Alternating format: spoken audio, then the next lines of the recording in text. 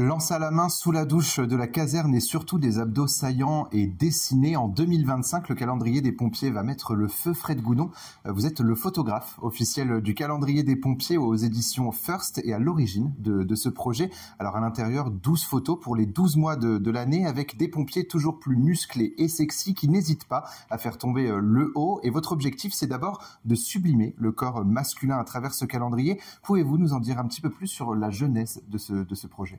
Alors, ce projet est né il y a précisément 10 ans, donc nous fêtons cette année le 10e exemplaire des calendriers des pompiers. Et c'est un projet qui est né avec les éditions Flammarion.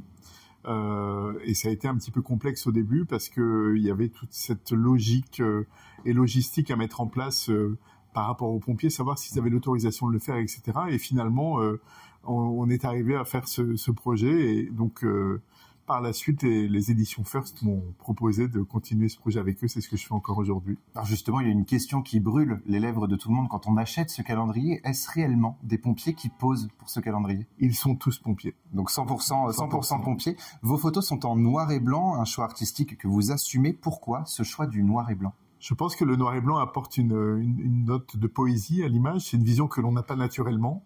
Et ce noir et blanc, donc c'est une image que je travaille depuis très longtemps, que j'utilisais aussi pour les dieux du stade à l'époque que j'avais photographié.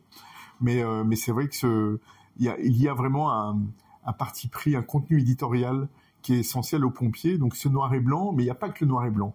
Il y a la lumière qui est assez récurrente dans toutes les photos. Et après, ce côté, bon, bien sûr, ils sont torse nu la plupart du temps, quelquefois nus de dos, mais surtout, ils ont de la texture sur la peau. C'est-à-dire que dans ma vision des pompiers idéal, un pompier sort d'un baroud torse nu avec de la suie sur le corps. Bon, ça se passe rarement comme ça, mais je l'ai idéalisé, en tout cas par rapport à l'image, et je pense que ça plaît pas mal. Alors j'évoquais votre souhait de sublimer justement ce corps masculin, ça passe donc par le choix des couleurs et vous l'avez dit par tout cet aspect sur la peau. Lors de vos shootings pour le calendrier des pompiers, quelles sont vos astuces pour sublimer ces corps masculins ? Est-ce que ça passe justement seulement par ce noir et blanc, par cette lumière et par cet aspect que vous donnez sur la peau ?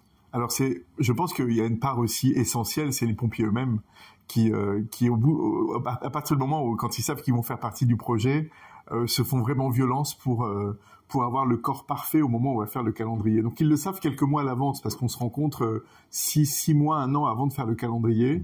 Et donc quand ils savent la date, donc ils font en sorte d'être vraiment dans leur forme optimum pour être au mieux dans le calendrier. Et même si leur corps peuvent nous faire saliver, certains peuvent parfois ne pas être à l'aise devant un appareil photo. Comment procédez-vous pour déjà sélectionner les modèles, mais aussi finalement qu'ils soient à l'aise face à votre appareil photo ? Alors justement, c'est un travail, c'est une implication des pompiers et de moi-même. C'est-à-dire que tous les pompiers qui font le calendrier, je les rencontre largement avant de faire le shooting en soi du calendrier pour que justement ils soient à l'aise avec l'exercice de poser. C'est pas naturel de poser, moi le premier, quand je fais une interview ou que je suis photographier, je suis pas forcément à l'aise, donc je comprends bien que pour faire une photo en plus qui va devenir iconique entre guillemets parce que c'est une photo de calendrier qui va rester.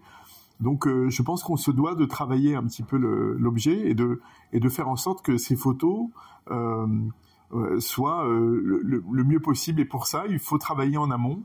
Et donc les pompiers je leur demande de venir quelques fois avant de faire le shoot pour le calendrier pour qu'ils sachent poser, pour qu'ils sachent un petit peu aussi tenir compte de ma direction et qu'ils aient une idée de ce que ça va rendre. Et c'est vrai, quand on se retrouve au moment du shooting, ils sont tous à l'aise pour le faire parce qu'on se connaît tous bien. Et pour vos photos, vous choisissez également différents espaces de la caserne dans laquelle vous vous rendez. Les soldats du feu sont au service de la population pour leur venir en aide en cas d'incendie principalement, mais pour plein d'autres situations où ces derniers sont mis en danger. Faire un calendrier autour des pompiers, c'est aussi une façon de leur rendre hommage quelque part. Alors c'est venu par la suite, c'est-à-dire qu'au début j'avais simplement un rapport esthétique et forcément très masculin, très viril à l'objet. Et finalement, en les rencontrant de plus en plus, en vivant des expériences un peu complexes, comme l'événement de la rue de Trévis où 2 pompiers sont morts et un des pompiers qui est mort à la rue de Trévis devait faire le calendrier de cette année suivante. Donc ça a été très impactant émotionnellement. Et puis bien sûr, il y a la rencontre d'Antoine Martin, qui est le frère de Ludovic Martin. Donc Ludovic Martin, c'est un pompier qui est mort au feu il y a une quinzaine d'années maintenant. Et donc sa famille et ses amis ont créé une association qui s'appelle le Challenge Ludovic Martin, qui lui rend hommage tous les ans. Et donc, en rencontrant son frère Antoine, qui m'a expliqué un petit peu cette situation que je connaissais pas, ça m'a énormément touché. Et donc, j'ai eu envie de faire partie de cette aventure et de soutenir cette belle cause. Donc, ça a été déjà quelque chose de très important. Et par la suite, de connaître un petit peu leur métier, de connaître un petit peu, on en parle beaucoup en ce moment, finalement, des cancers du poumon chez les pompiers. C'est quelque chose qui est de plus en plus fréquent. Moi, je l'entends depuis très longtemps, que c'est un métier à risque à ce niveau-là. C'est un métier qui implique qu'un pompier va inhaler des fumées toxiques, va faire de très très mauvaises nuits, parce que forcément, quand ils travaillent, ils sont de garde, donc ils peuvent passer des nuits blanches et travailler dès le lendemain matin. Forcément, c'est impactant sur